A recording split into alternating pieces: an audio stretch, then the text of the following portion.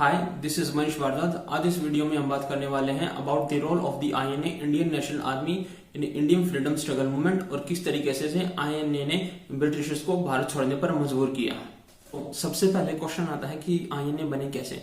Japan ने 7 दिसंबर 1941 को America के पर्ल हार्बर एयरबेस पर हमला किया और लगभग पूरे साउथ ईस्ट एशिया पर जापान का कब्जा हो चुका था।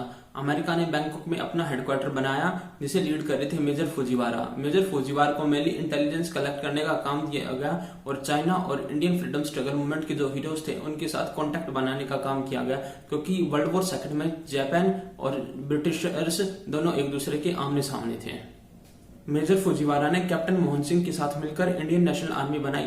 इस इंडियन नेशनल आर्मी में टोटल 14,000 सोल्जर्स थे। ये वो सोल्जर्स थे जिन्होंने वर्ल्ड वॉर सेकंड में ब्रिटिशर्स की ओर से लड़ते हुए जापान के सामने सरेंडर किया था।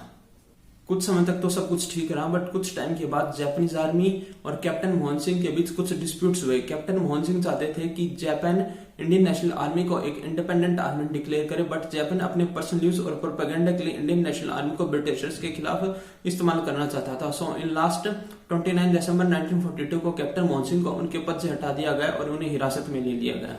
तक one of the most renowned Indian freedom struggle hero रास बिहारी बोस जी भी काफी एक्शन में थे। वो इंडियन इंडिपेंडेंस लीग को हेड कर रहे थे।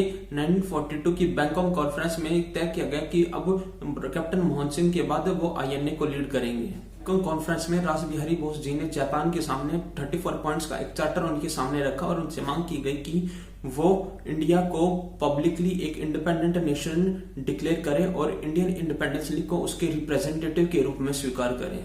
रास बिहारी बोस जी आईएनए को लीड करने में नाकामयाब रहे, बट उन्हें इंडियन नेशनल आर्मी को टूटने नहीं दिया और यूनाइटेड करके रखा।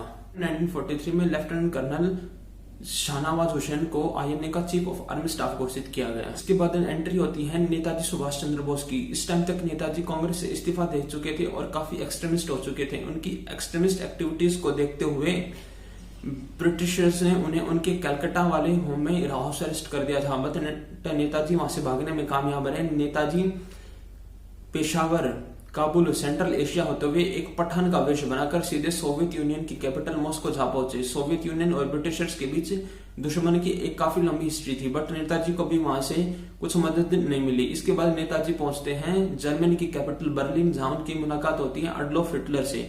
नेताजी को उम्मीद थी कि उन्हें वहां से भी शायद कुछ मदद मिले, बट नेताजी को फील हुआ कि हिटलर सिर्फ और सिर्फ अपने पर्सनल प्रोपेगेंडा के लिए और यूज के लिए उन्हें इस्तेमाल करना चाहते हैं, इसलिए उन्हें वहां से भी निराश होकर लौटना पड़ा। इसके बाद नेताजी पहुंचते हैं जापान की राजधानी टोक्यो, जहां उन्हें आईएनए को लीड करने के लिए बोला गया। जुलाई 1943 में नेताजी ने इंडियन इंडिपेंडेंस लीग की कमान अपने हाथ में ली और एक प्रोविजनल गवर्नमेंट का गठन किया और जापान की धरती से दिल्ली चलो का नारा दिया, जिसका मतलब था ब्रिटिशर्स के रूल को इंडिया से पूरी तरीके से खत्म कर देना। 1944 में नेताजी की लीडरशिप के अंडर आईएनए यानी आजाद हिंद फौज ने कोहिमा पर कब्जा कर लिया था। जब आईएनए की बहादुरी के कारनामे की दास्तान इंडिया के गांव-गांव तक पहुंचने लगी तो इसने रिवॉल्यूशनरी मूवमेंट को एक बूस्ट दिया और लोगों में उत्साह और जोश भर दिया था।